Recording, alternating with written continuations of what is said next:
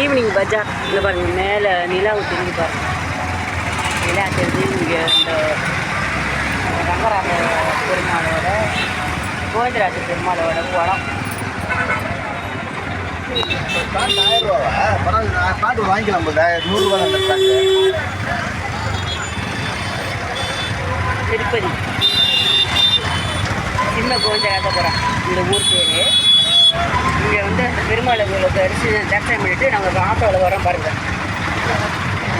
பெரிய பில்டிங் இதெல்லாம்.